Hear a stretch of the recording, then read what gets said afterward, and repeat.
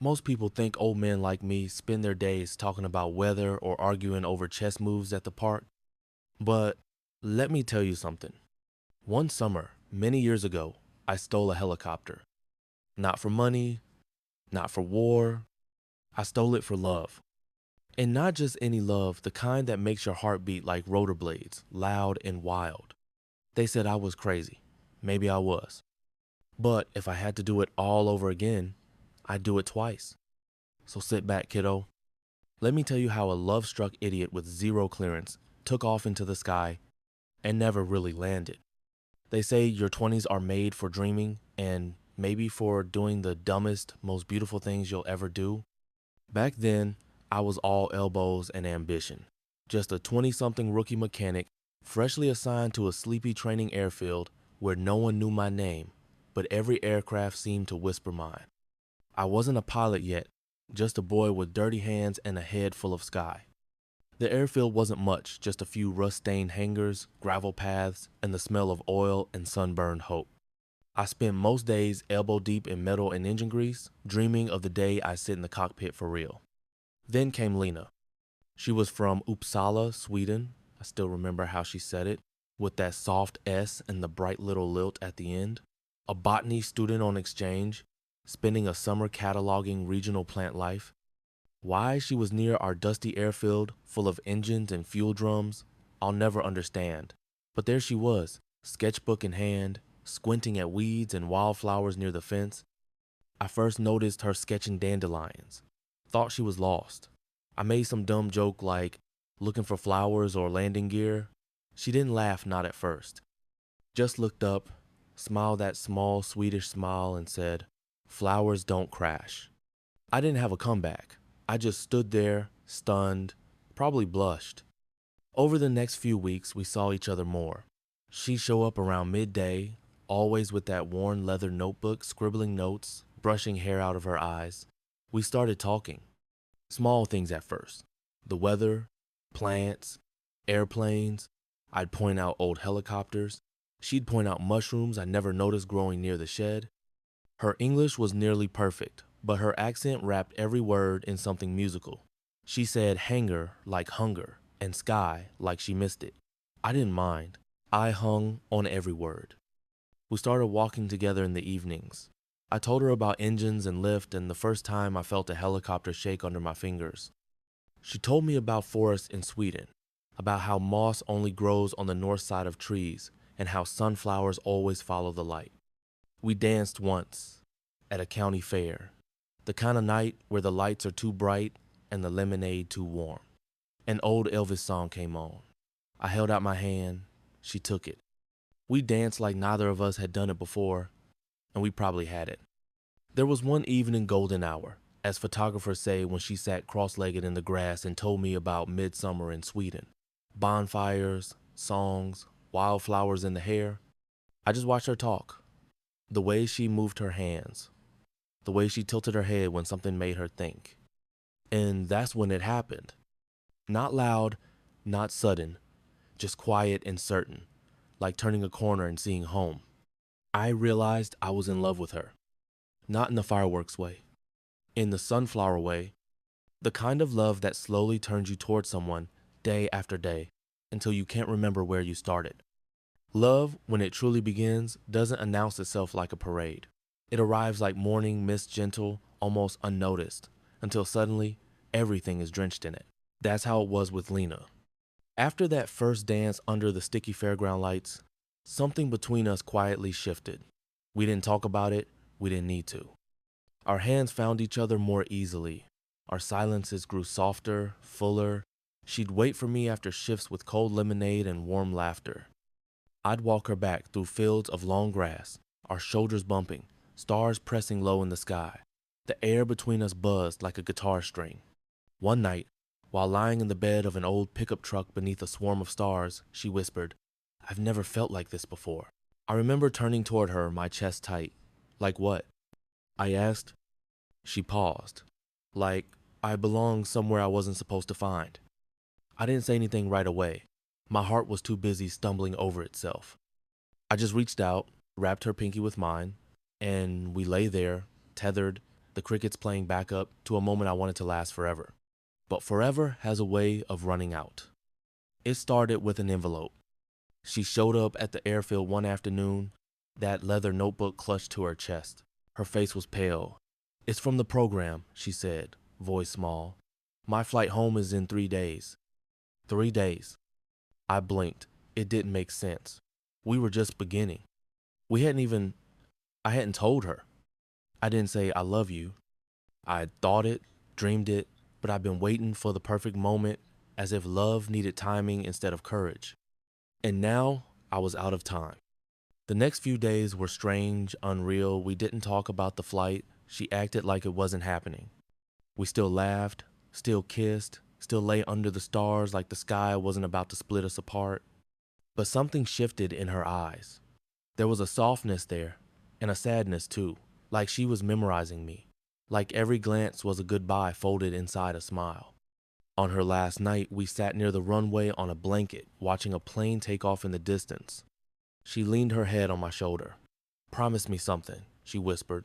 "Anything. Don't stay stuck in one place forever. Even the sky moves." I held her tighter. "But what if the only place I want to be is with you?" She didn't answer right away. Her breath caught. Then softly she said, "Then maybe we'll find each other again. Somewhere." She pressed her forehead to mine. We kissed like people trying to carve time into a moment. The next morning, I didn't go to the airport. I couldn't. I stood on the airfield, hands shoved in my pockets, watching the distant shape of the transport plane shrink against the sky. And I hated myself for letting her go, for letting time win. I didn't eat for a day, didn't sleep. I walked around in circles like a dog chasing its own tail, reliving every smile, every sentence, every step away from me she had taken. That night, I sat in the empty hangar, staring at the old Bell helicopter parked in the back corner. My favorite. I'd been working on it for weeks. She had once called it ugly but charming. I remember laughing and saying, "That's exactly how I want to be remembered." And then it hit me. The most dangerous, idiotic, absolutely beautiful idea I'd ever had. What if I didn't let her go? What if I brought her back? Not brought her back. What if I went after her? I stood up, heart pounding. The world felt suddenly clear. Not rational, not safe, but right. All my life I'd followed the rules, fix the bolts, wait your turn, watch others fly, let love go. But this was different. I could almost hear Lena's voice in my ear. "Even the sky moves." Well, maybe it was time I did too. With trembling hands and adrenaline buzzing in my veins, I walked toward that helicopter. I didn't know the flight path. I didn't know what I'd say. But I knew where she was going. And I knew that if I didn't try, if I didn't do something, I'd regret it every day of my life. The idea hit me like a lightning bolt in a quiet storm. 3 days. That's all I had before she would be gone back to Sweden, back to her life, her university, her snow-covered town I could barely pronounce. And I'd be here, stuck in this dusty corner of the American Midwest, staring at runways and regrets. Unless I did something. I couldn't sleep. I paced my room, muttering checklist procedures like a madman. I knew that helicopter like the back of my hand. I wasn't technically licensed to fly solo, but I'd trained, I'd studied, I'd even landed the thing more smoothly than my instructor once. And there it was, the little Bell 47, sitting in Hangar 2 like it was waiting for me. The plan was simple. Wait until the guard took his usual nap always around midnight in the security shack. Sneak into the hangar, fire up the bird, and take off. Fly across 2 counties to the bus station where her group was scheduled to depart. Was it insane? Absolutely. But what's love without a little insanity? I threw a jacket on over my shirt, grabbed some cash, my sunglasses for dramatic effect, and the only map I could find, a fold-out gas station map of the state with a chili dog stain on Kansas. I arrived at the fence behind the airfield just before midnight. My heart pounded in my ears. Every twig underfoot sounded like a firecracker. I crawled through the gap we trainees used to sneak out for snacks. The guard's shack was dark good. I sprinted to the hangar, breath caught in my throat. I'd rehearsed this moment in my head 100 times. Now it was real. The hangar door creaked open. I froze. Nothing. Inside, The helicopter gleamed under the moonlight like a sleeping dragon. I climbed into the cockpit, hands trembling, voice whispering every step. Battery on, fuel check, starter. The engine coughed once, then again, then boom. It came alive with a growl that shook the windows. The blade started to spin, slow at first, then faster, faster.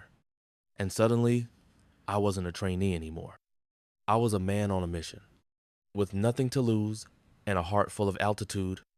The wind pressed against the glass as the helicopter lifted into the sky, light and trembling like my own pulse. I had flown this route 100 times in training, well, almost this route, but now everything felt different. Now there was no instructor, no backup, no checklist hanging by the seat, just me. And her. I clutched the stick tighter than I should have, knuckles white. My hands were sweating. Every light on the dashboard blinked like it was judging me. Somewhere over the cornfields, my thermos slipped from the seat beside me and clattered to the floor, spilling coffee all over the map. Great. Goodbye, Kansas. Hello, caffeine-scented chaos. I kept flying.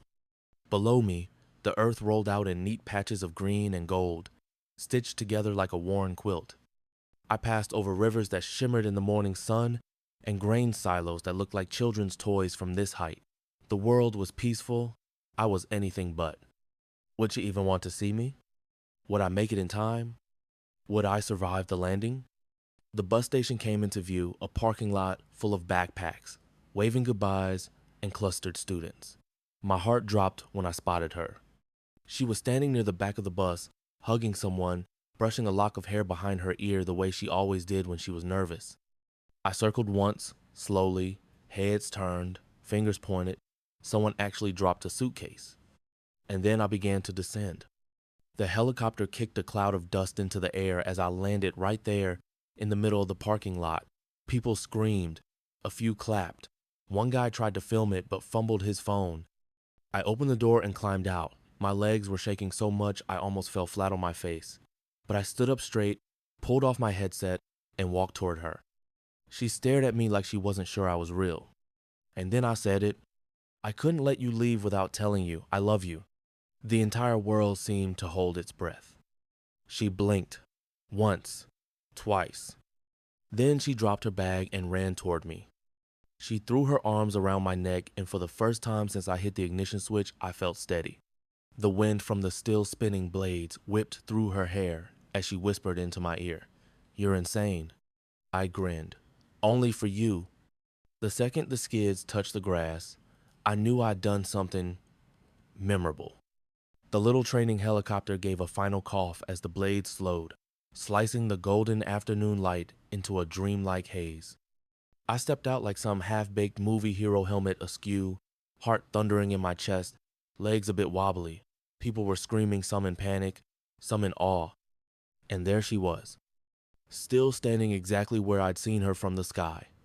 Her hands frozen halfway to her mouth, eyes wide as moonrise. For a moment, I thought she was angry, or terrified, or both. Then she ran, straight toward me. I barely had time to take a breath before she threw her arms around me and kissed me so hard I forgot my middle name. "You are absolute crazy," she whispered against my mouth, laughing and crying at the same time. "You flew here? For me?" I nodded. "I didn't know how else to tell you I loved you." We just stood there, in a long and ridiculous silence, forehead to forehead. Around us, her classmates were taking photos. People were pointing, and someone, I think one of the professors, fainted into the arms of a tourist guide. And yet, for us, the world had faded to a quiet hush. That hush didn't last long. Sirens. A sheriff's car skidded onto the gravel, then another, a dusty pickup from the local news station. I saw the look on Siri's face shift from pure joy to concern. "You're going to get in trouble for this, aren't you?"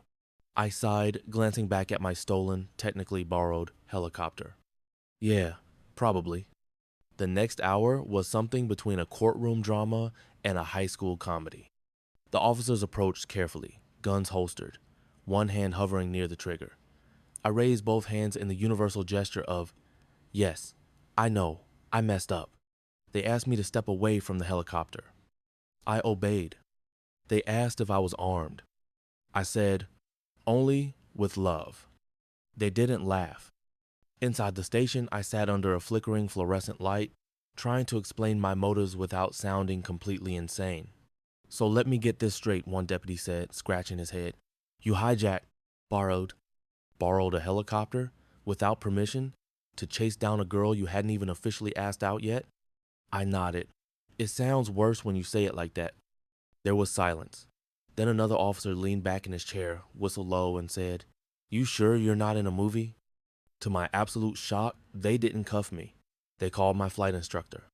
He showed up red-faced and mumbling things about reckless behavior, termination, and never touching an aircraft again. But the final word came from the sheriff himself. A slow-moving man with kind eyes and a mustache so thick it had its own zip code. He walked up to me, looked me dead in the eye, and said, Son, I've arrested cow thieves, bar brawlers, and one guy who tried to rob a diner with a spoon. But this? He paused. This is the first time someone's committed aviation piracy for a kiss. He sighed, pulled out a form, and scribbled across the bottom. Official warning. You ever pull a stunt like this again, and you'll be washing patrol cars till you're 90. Understood, sir. He winked. Good luck, kid. Outside, Siri was waiting. She looked nervous, pacing in little circles. The moment she saw me step through the door, she ran again. Another kiss. This time, even longer. I thought they'd take you away. They almost did. I think your accent saved me. She giggled. I pulled back and looked at her, really looked at her. You know, you don't have to go. Her smile faded just a little. What do you mean? I mean, what if you stayed?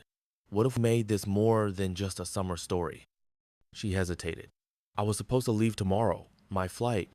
Cancel it. I have school, plans, people, and I have a heart that only beats properly when you're nearby. Silence again. Then the kind of look I'll remember for the rest of my life. The kind that doesn't need words. She stayed. We didn't have money. I lost my internship. My instructor told me I'd never touch a cockpit again. My parents were confused, to say the least. But we didn't care. We found a tiny studio apartment with a leaky ceiling and a view of the alley. We took turns cooking. I burned everything. She added too much dill. We got job share at a flower shop, me unloading trucks. We danced in the kitchen. We argued about who left the window open. We built something from scratch. She transferred schools. I found a new path. Life didn't go how I planned. It went better. Sometimes love doesn't come with fireworks and slow motion. Sometimes it crashes in like a rogue helicopter and lands squarely in your chest. We kissed more times than I can count. And every time I thought, yep, still worth the trouble. The years passed faster than I could count them. One minute we were two kids kissing outside a police station. The next we were watching our granddaughter graduate from college, teary-eyed and holding hands like we did on that very first day. We didn't become rich or famous or important in any way that makes headlines. But we built a home filled with sun and flowers, mismatched mugs, dance records, and the sound of laughter that never stopped echoing off the walls. My hair turned gray, hers silver, like moonlight woven into silk. Her laugh lines deepened, and I swear she only grew more beautiful with every year. The world changed. Vinyl turned to cassettes, then CDs, then invisible files in a cloud somewhere. Planes got faster, phones got smarter. But nothing ever replaced the way her hand fit in mine.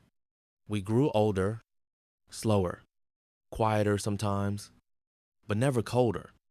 I never forgot the way she looked at me when I landed that helicopter. That spark, still there. Every time I'd bring her morning tea or pull a wildflower from the roadside and tuck it behind her ear, she'd smile at me like I was still 23, covered in oil stains and nervous sweat, confessing my love in front of half a campus. We had our hard years, job losses, lost friends, late bills. That one winter, the heater broke and we huddled under 5 layers of blankets eating soup from the same bowl, pretending we were camping. But we also had magic. The way she danced barefoot in the kitchen at 69, the way she yelled at the television during football, despite knowing nothing about it, the way she whispered, "You still make my heart fly," every year on our anniversary. We never told the kids the full story until they were grown. Even then, they didn't believe it. Until they saw the old, sun-faded photo, a grainy image of me, standing beside a helicopter, grinning like a lunatic, with a Swedish girl clinging to my arm and lipstick on my cheek. My granddaughter once asked, "Grandpa, if you could go back, would you still do it? The whole crazy thing?" I looked at Siri, sitting beside me in her garden chair, reading a book in the late afternoon sun, and I said, "I wouldn't change a thing. Not a single foolish flying moment." Listen, I'm not telling you to steal a helicopter. Although technically I didn't steal it, I just borrowed it without filling out the right paperwork. But I am telling you this.